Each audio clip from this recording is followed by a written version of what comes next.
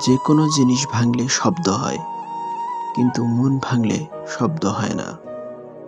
তাই তো যার মন ভাঙে সে একমাত্র বোঝে মন ভাঙার ব্যথা কতটা। এখন দুঃখ অনেকটা মূল্যবান সম্পদের মতো, কেবলমাত্র প্রিয়জনদের কাছে প্রকাশ করি। জীবনের সেরা শিক্ষাটা পাওয়ার জন্য কোনো না কোনো মানুষের কাছে একবার ঠকে যাওয়াটা খুব দরকার। চোখের জল সবাই দেখতে পেলেও হৃদয়ের কষ্টে কেউ দেখে না।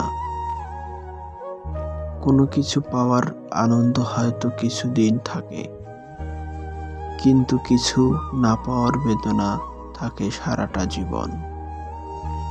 ভিডিওটি ভালো লাগলে চ্যানেলটি সাবস্ক্রাইব করে আমাদের সাথে থাকুন।